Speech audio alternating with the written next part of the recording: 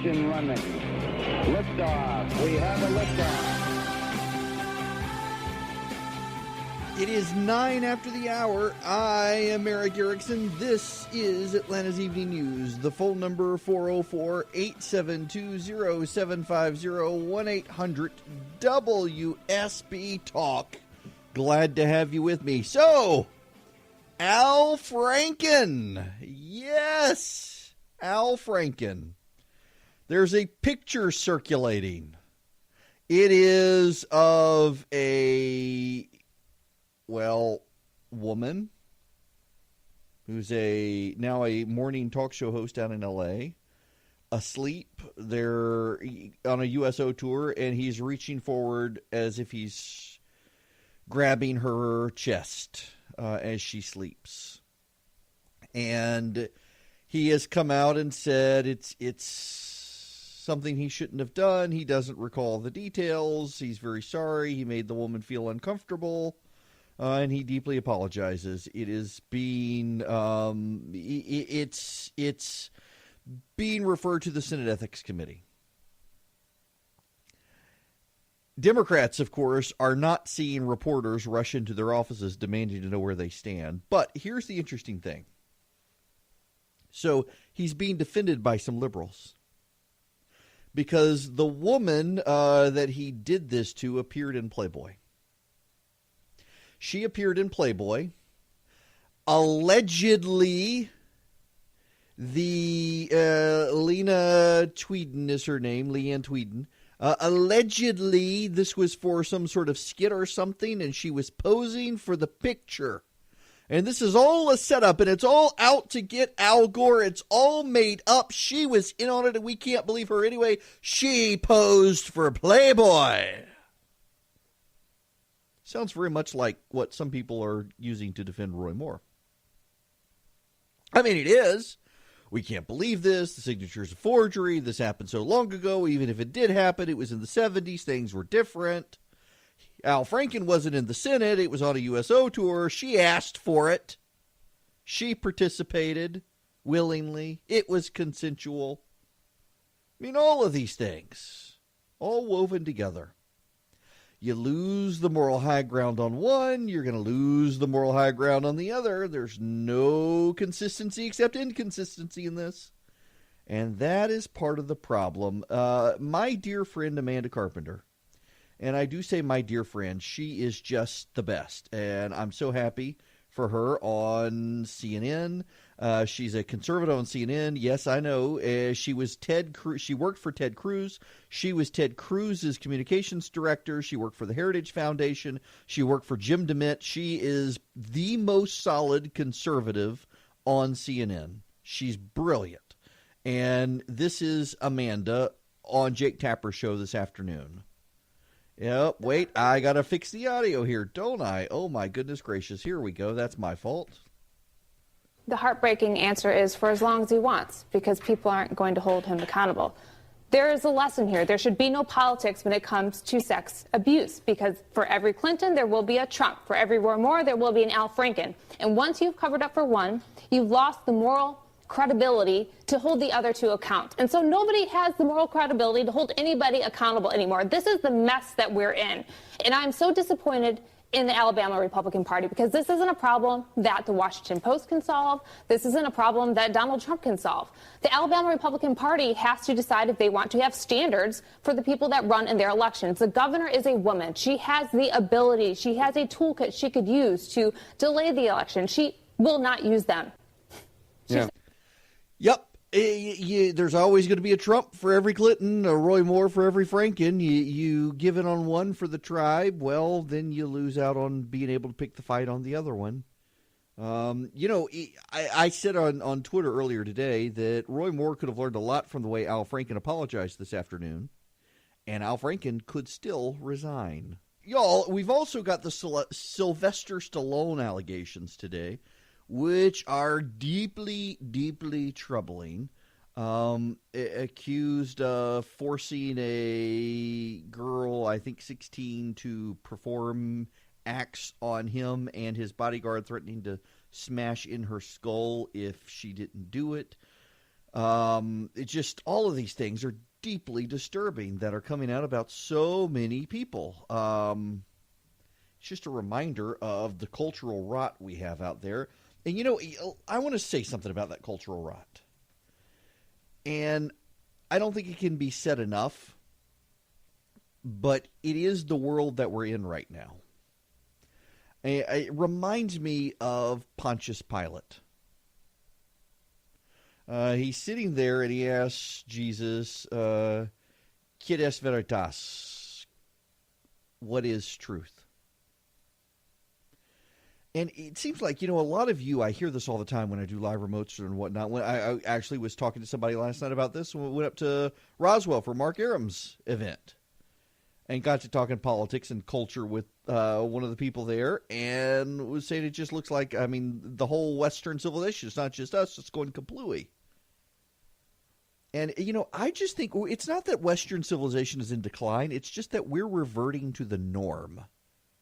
In the grand history of things, Judeo-Christian ethics aren't actually predominant in world history.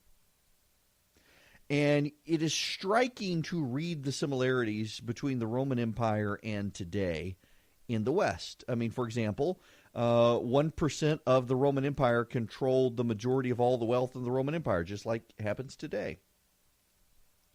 In the Roman Empire, there grew a prevailing belief that having too many kids was a bad thing. You wanted enough sons, and of course you needed helping hands. But with the rise of slavery, you were hurting the empire to have too many children, and you could leave them at the dump.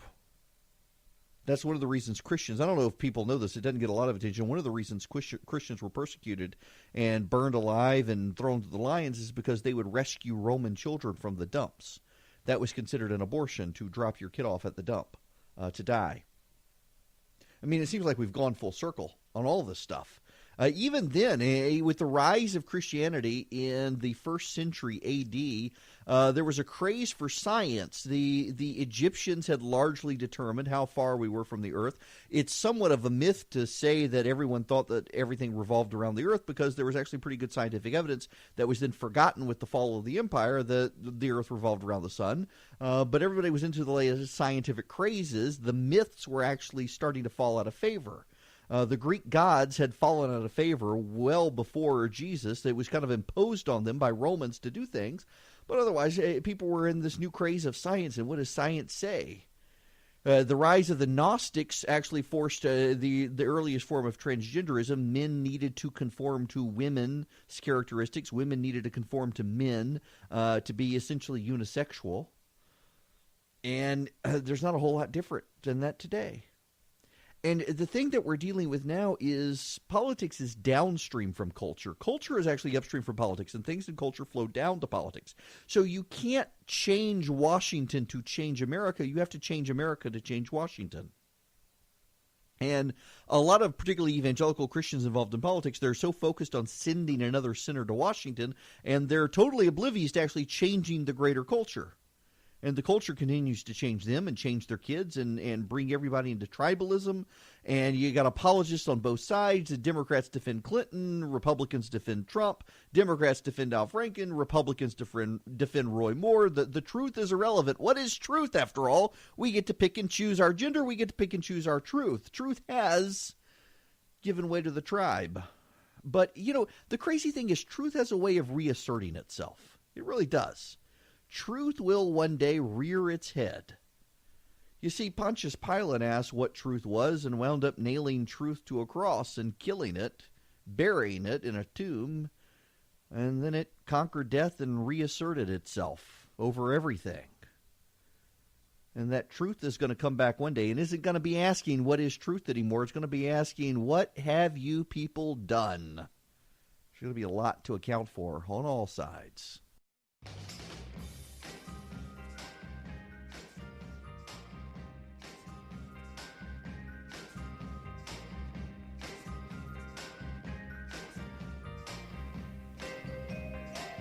While we were in commercial break, do you know what showed up at the office? My iPhone 10. Yes, it did. Excellent. I am now, they've got this great new feature now where you can just put your old phone next to your new phone and it transfers everything over, sitting them next to each other. It's very convenient. That's what's happening right now. I want you to know I'm taking one for the team. For you guys, I'm doing this. I wouldn't do it for just anybody, but for my radio listener family, I'm going to go see Justice League tonight for you. And I'll let you know. I hear when the reviews say better than Batman versus Superman, worse than Wonder Woman, that's a pretty huge spectrum. I mean, because that's like, there's a lot between poop and the green grass that eventually comes from it. There's a whole lot between the two. We will see whether or not it is a worthy movie. I will tell you tomorrow, and I won't give away spoilers. When we come back, I think it's time to purge the pervs from the Senate. We are learning that there is a fund within the Congress to pay out claims for sexual harassment and sexual assault. And they won't tell us which members of Congress or staff in Congress did this. This could be the check-kiting scandal. This could be a scandal that takes down the Republican congressman. This could be a very big deal if the Democrats played this card right, except the Democrats have been on it too. I wonder if Al Franken's on the list. We don't know, but I'll tell you what I do know when we come back.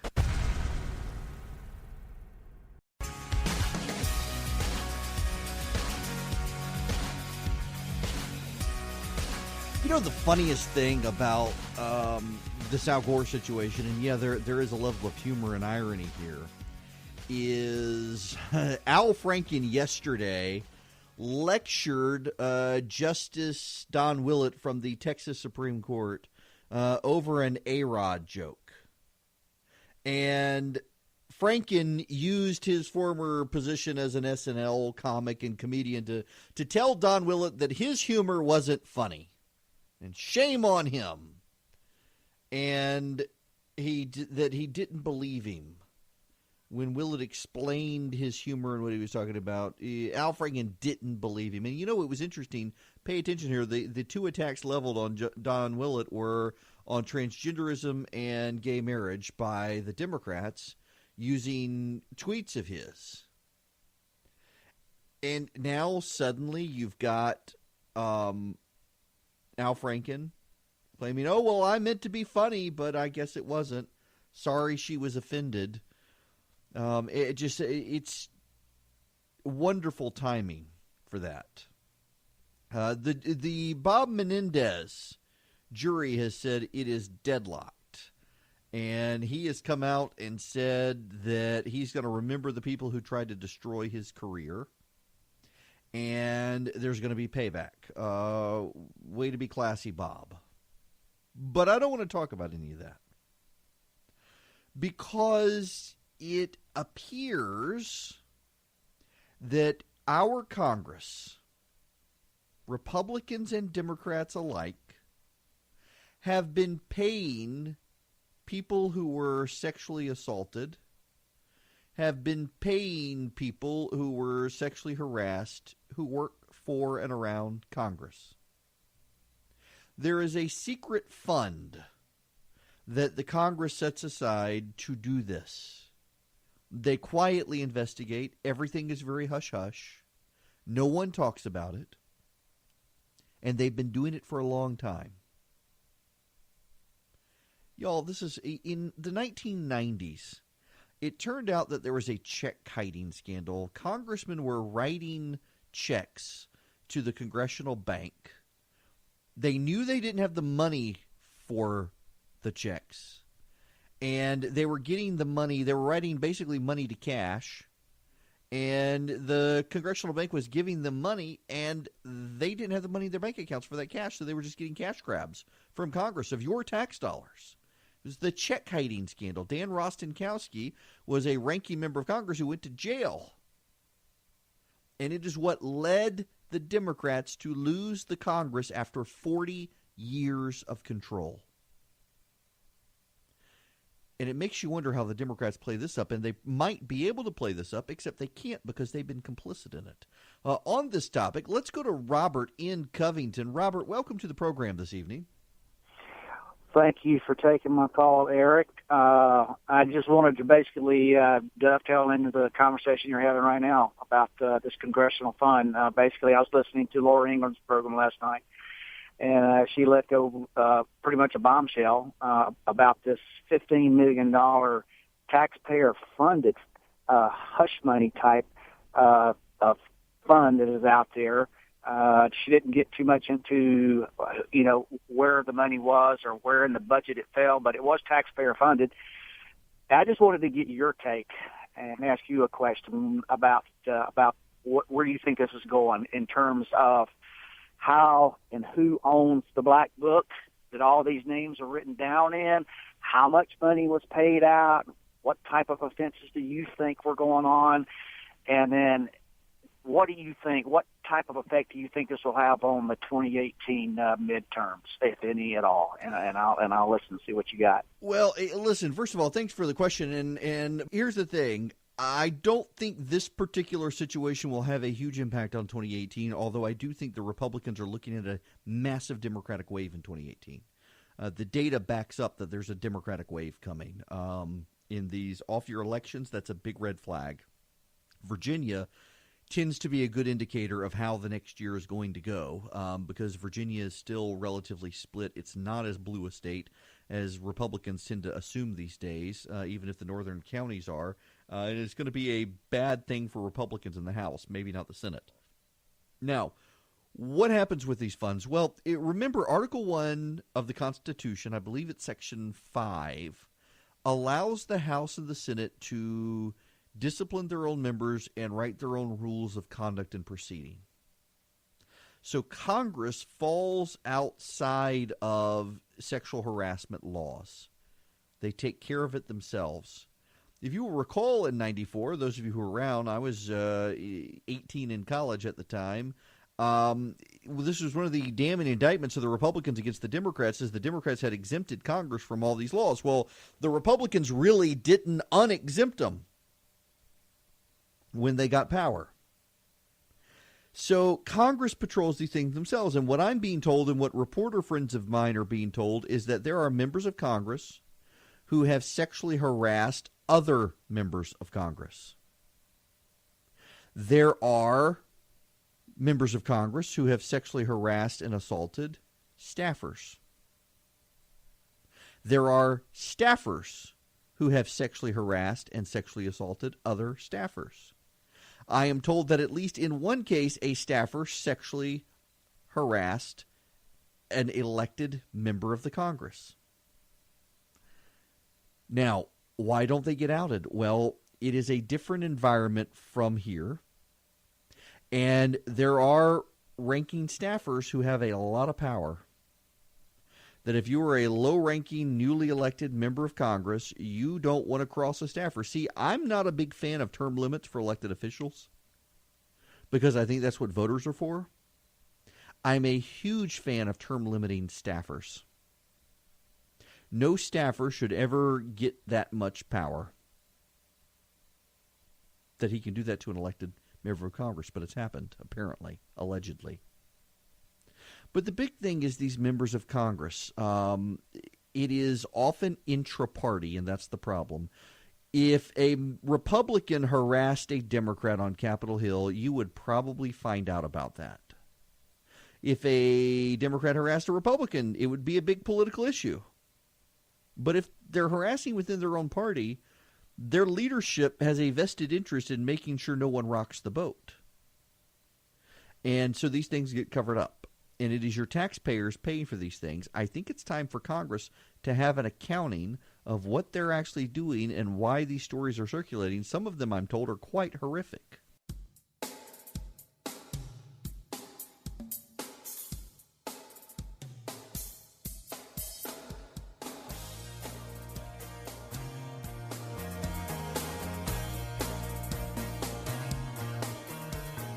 It is 55 after the hour. Erick Erickson here. The phone number 404-872-0750, 1-800-WSB-TALK. Y'all, guess what? There's a new study out, and you're not going to hear a great deal of media conversation about it.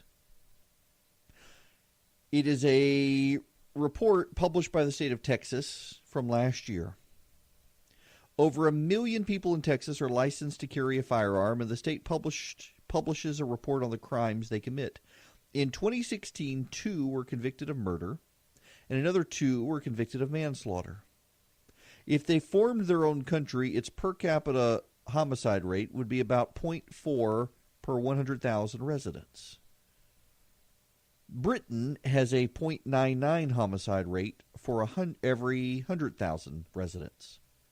In other words, Texas's legal and trained gun-owning population is safer than Britain's gun-free population. You have a higher chance of survival at a Texas gun show than you would on a British street. Now, you're not going to hear a lot about this. Did you hear about Joe Biden says no one should own semi-automatic weapons? That's right. You shouldn't own a semi-automatic weapon. Joe Biden, the man who saved more people from dying in Texas, Joe Biden said he should not have had that gun. The gun owner says he had to have the AR-15 to stop the bad guy. Joe Biden says, nope, he shouldn't have had it. Shouldn't have done it. That's what they would have you believe, folks. It is not an ideology. It is a religion with dogmatic beliefs.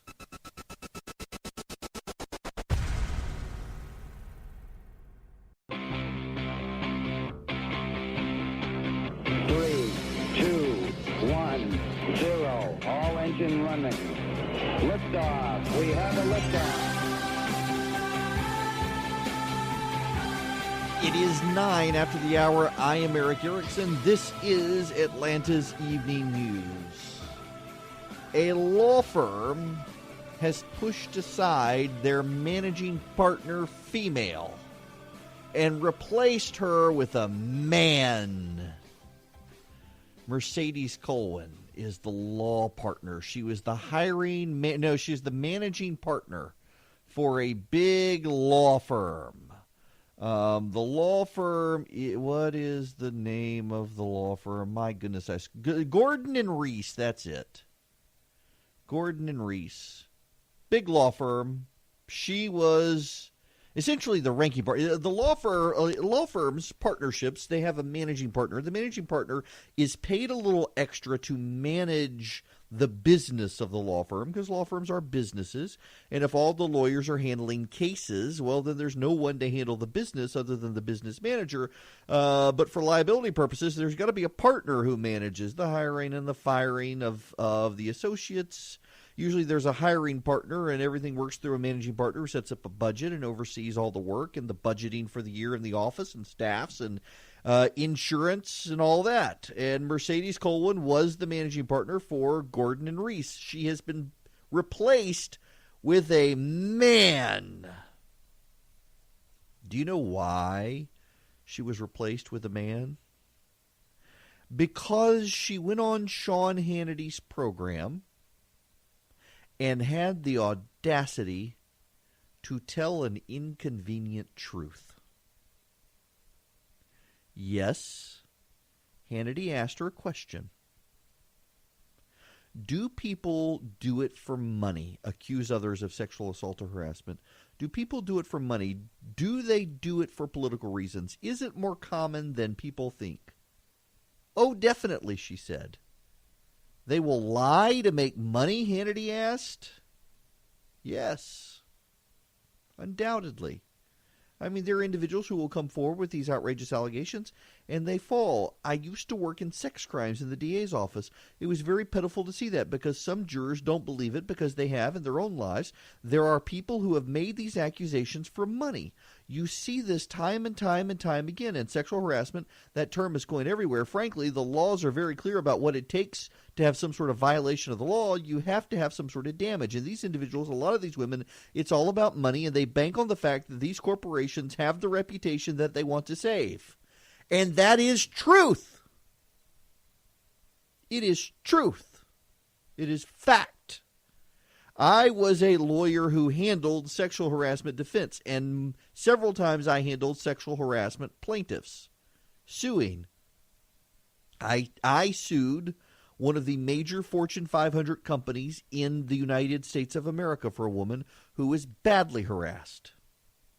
And to convince other people that she was harassed was ridiculous because they assumed she was poor and black and had a child. The husband was nowhere to be found, and they just automatically assumed she's doing this for money. She wasn't. She was harassed. In fact, they wound up settling with us because they uncovered the key evidence of the harassment. But it happens. I've seen that as well. I have defended the state of Georgia in a case where an employee of the state was accused of sexual harassment and assault, and it happened to be a situation where he engaged in an inappropriate relationship with an employee of the state who he managed. It was a consensual relationship, and she did something wrong and got fired and by someone else and then accused him of sexual harassment or sexual assault to try to get money from the state.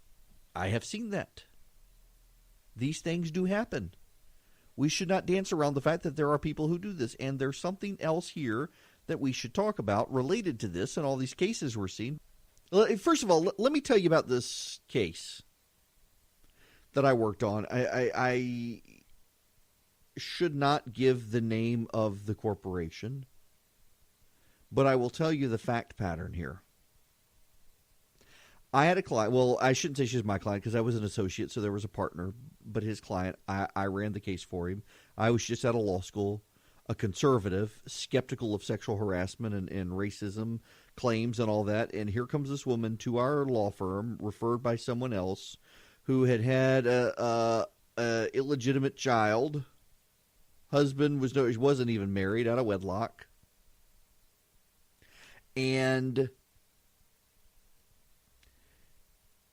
she said that the people at this corporation, because she was black and the man she had the baby with was white, they would refer to the child as a zebra child. And she said that one of the individuals there, if she was willing to, perform certain acts on him, he'd make it all go away. She refused. And then she got fired, and she sued. She came to us, and we were a firm that primarily did defense work. We didn't primarily do plaintiff's work, but she sued, and she was referred to our firm. This corporation had a facility where we were located. My boss was willing and able to handle these sorts of claims, so we did. And no one believed the client. She was not a credible person in the eyes of many people until in discovery. Discovery is the process where you get documents from the other side and whatnot, and they produced an in-house printed newspaper in which the individual who had told our client to perform certain deeds and he would make all this go away had congratulated her on the birth of her zebra. True story. Put it in writing, in print, in the in-house publication. She was well compensated by this corporation. Well compensated. He was fired. Deservedly so. And I will never forget how hard it was to convince other people, given her background and situation, that it was real, that she wasn't in it for money. So I know that people, as Mercedes Colwin was saying, a lot of good people who are harassed and abused, they don't get taken seriously because there are others who make it all up. And that's true too. And I've seen that side of it as well. And this gets me back to the Mike Pence rule that is being brought up again by conservatives, often conservative females, saying, you know what, if guys did this, this wouldn't happen. And the liberal response has been repeatedly derailed on it. Well, that's just Mike Pence saying he can't control himself. And that's equality. Equality. It's all about equality. We have to have equality, say the feminists. You know what? There are women who will sleep their way to the top. It is a fact. In Hollywood, in Washington, and elsewhere, there are women who will sleep with others to get ahead, and there are men who will sleep with others to get ahead. And as long as there are people willing to sleep with others to get ahead, there is gossip and there is a rumor mill. And there are people who inappropriately or fairly get tarred and feathered. And if you are unwilling to meet privately with a member of the opposite sex, you require that the door be left open or someone else be present. It's not a matter of you being unable to control yourself. It's a matter of you being able to control the gossip and the rumors. It is a matter of you protecting yourself. It is a liability issue. I can't tell you how often I talk to pastors who say they absolutely fundamentally refuse to meet with a member of the opposite sex behind closed doors. Even in a counseling session, there's someone else present. The door is open. Because it's a protection for them, not for the woman. But it also is designed to make the woman feel comfortable in uncomfortable situations. And let's be honest here. I'm a guy. I know how guys talk to each other. You should hear the conversations that my producer and I have when no one is around.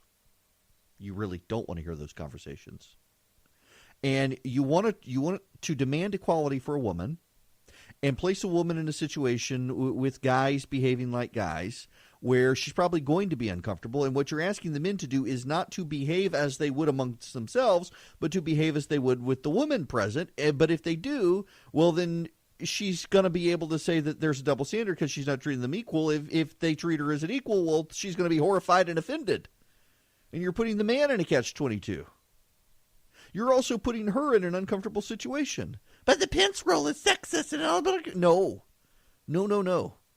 As long as there are people of both sexes willing to do bad things and willing to sleep with others to get ahead and willing to make false accusations to try to get ahead, it's something every single one of us should be adopting. There's nothing about equality here. It's about liability and protection in the 21st century in America, where everybody can go out and hire a lawyer or get a TV crew together to ruin the reputation of someone else or make others feel uncomfortable. It should be common sense.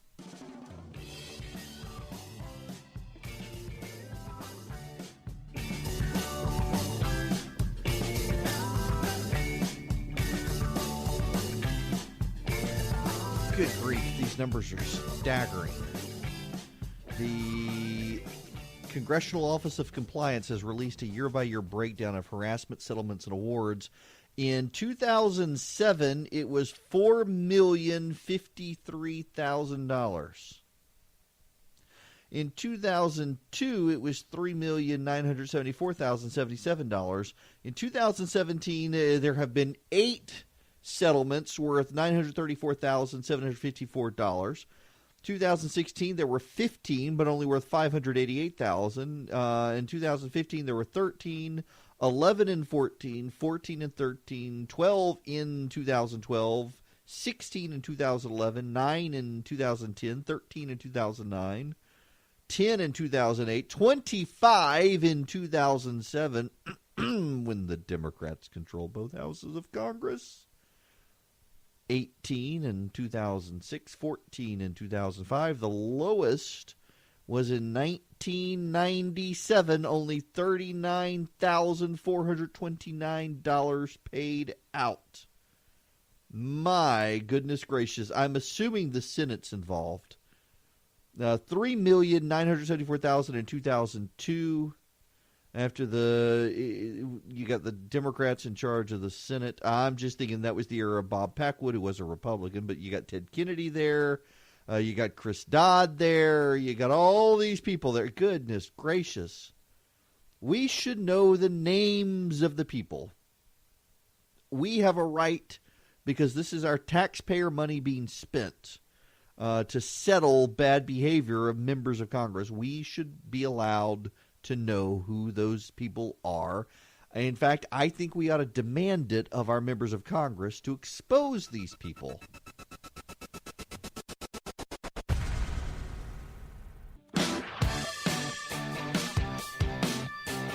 Just as we're coming back from break, my producer, he texts me, and I totally misread it at first. I thought he was telling me to stick my content somewhere. But no. I mean, he probably thinks that. Because, you know why? Let's play the sounder. Let's do it. Low T. I love it. Oh, my goodness gracious. I'm sorry, folks. Yep. We got him mad. You know, he thinks creatively when he's mad. That's a good thing. Oh, yeah. Now he's telling me I should move along. I mean, this is not the Low T show.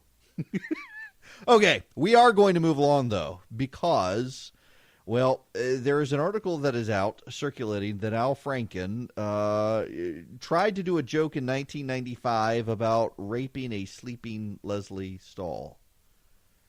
It was in a New York Magazine article that he made the comment, and liberals are starting to turn on him ferociously. Ferociously.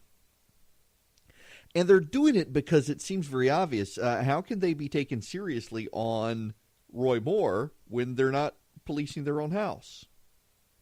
And I have to tell you, this is something that I have said for a long time about conservatives, that we've got to do a really good job of policing our own house because the other side will love to police it for us. And if we don't, the voters will ultimately hold us accountable, and we've got to be mindful of that.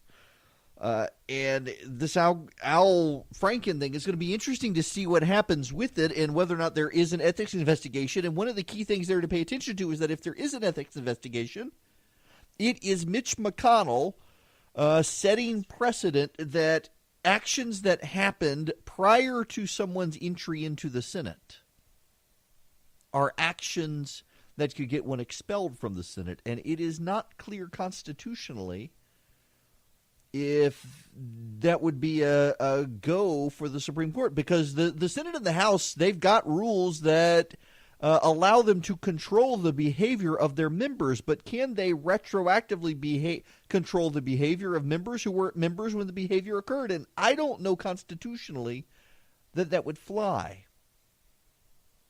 We will find out. And I want to tell you about a developing story. And I swear to you that this story is politically motivated. And when I tell you, you're going to see, obviously, that it was politically motivated. I have been receiving breaking news alerts. I got one from CNN. I've got one now from the New York Times. I think there's a Washington Post one in here. Headline, breaking news, push alert from CNN. Keystone Pipeline shut after leak. 210,000 gallons of oil have leaked from the Keystone Pipeline in South Dakota, according to TransCanada. Breaking news from the New York Times. The Keystone Pipeline spilled 210,000 gallons of oil in South Dakota days before Nebraska will decide on permits for the Keystone XL pipeline. They have every incentive to play up stories about the pipeline because the media doesn't want the pipeline. This is politically motivated. Is it news? Yes. But you know, sometimes this is one of the things I've discovered with the news. We can determine whether or not there is a political agenda by the extent to which they cover the news. You know what I mean? You know, like, for example, when a Democrat does something bad, the media will report it and they'll put it on page C7 of the newspaper, right there before the remaining few classified ads. And then when a Republican says, hey, we haven't seen this, they'll say, well, it was in the newspaper. Did you not read the newspaper? But when a Republican gives somebody the stink eye, it's on A1 above the fold, the very first page of the newspaper with a great big photo, a headline, Republican scandal. It's what they do. It's how they cover it. I have learned this over the years, being at CNN for 3 years. I was at MSNBC back in 2004 before they really went aggressively, knowingly partisan. I've worked around newspapers and publications, and I can tell you it's not what is covered, it's how it's covered that matters. And the Keystone XL pipeline is something the media hates because they're all a bunch of liberals who don't want oil pipelines in this country, and so they are going to make this a huge story to try to scare, particularly because Nebraska, I mean, the New York Times gives away the headline right there, days before Nebraska to decide on permits. This bill happens. You can bet your bottom dollar that this is going to get covered. Real quick, before we go to commercial, let me bring up the latest on the tax plan. The House has passed its tax plan. It was a very close vote. They lost some moderate Republicans. I think there were one or two conservatives who didn't think it went far enough, and they voted in protest knowing it was going to pass. The move comes to the Senate. The Joint Committee on Taxation, which is a bipartisan, really nonpartisan committee, it casts doubt on the claim that the bill will be a great big win for everyone. Tax increases for households earning $10,000 to $30,000 would start in 2021 and grow from there. By 2027, most Americans earning $75,000 a year or less would pay more in taxes, while people earning more than $100,000 a year would continue to get big tax cuts. That's from the Joint Committee on Taxation, which is the nonpartisan analysis. Most of the hit to poor and working class Americans would come from their push to insert a major health care change in the tax bill. The Republicans, pay attention to this, are repealing the requirement that all Americans buy health insurance or face a penalty. And that would lead to 13 million more uninsured Americans, according to the Congressional Budget Office. Many of those people earn modest incomes and currently receive tax credits and subsidies from the government to help them afford the insurance. If the Senate GOP bill becomes law, premiums would rise and millions would opt not to pay insurance. So you got this. This is how they're saying there's a tax increase on the poor, is that they would have the option to not get Obamacare. And since they would have the option to not get Obamacare, they would lose federal subsidies. And so because they would lose federal subsidies, they're considering that a tax increase. Because they wouldn't get the tax credits and they wouldn't get the subsidies. And so it would be a tax increase. Folks, in other words, their tax increase would be voluntary based on their behavior. If they kept Obamacare, they would keep getting the credits and the subsidies. If they get rid of it because it's too expensive, well, then their taxes would go up. But here's the kicker. They would not, their taxes would not go up as much as they would save by not getting an expensive Obamacare insurance plan. And the media isn't telling you that part. Orrin Hatch is willing to point it out, saying anyone who says we're hacking taxes on low-income families is misstating the facts. Obviously, we have no intention on raising taxes on those families. Every Republican on the committee has been committed to providing tax cuts. It is an accounting gimmick being misrepresented by the Congressional Budget Office yet again. The Democrats who run the CBO because the Republicans haven't cleaned that house up have a vested interest in making poor people think Republicans would raise taxes.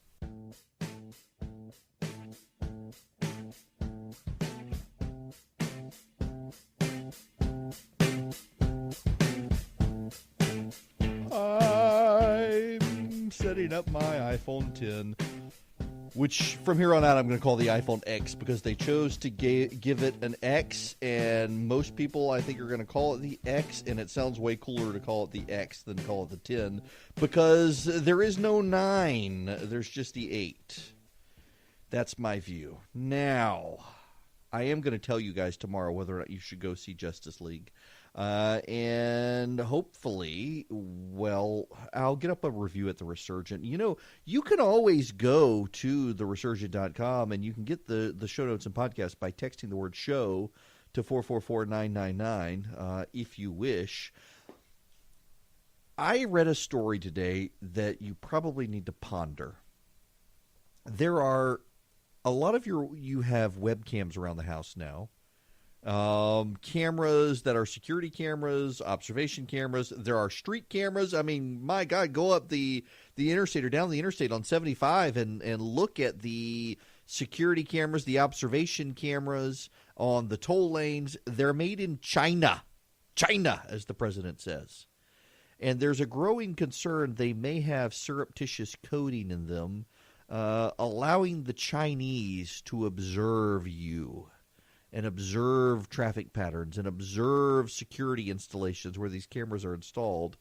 I wouldn't put it past the commies to do something like that. I really wouldn't. And I'm starting to wonder if we as a nation need to get much more vigilant about electronics made in China, not from a trade perspective, but from a security perspective, because it seems to me that they could be hacking us, observing us, watching us, planning to blackmail us without anyone ever knowing. I'm more and more skeptical of China. I think we should all be.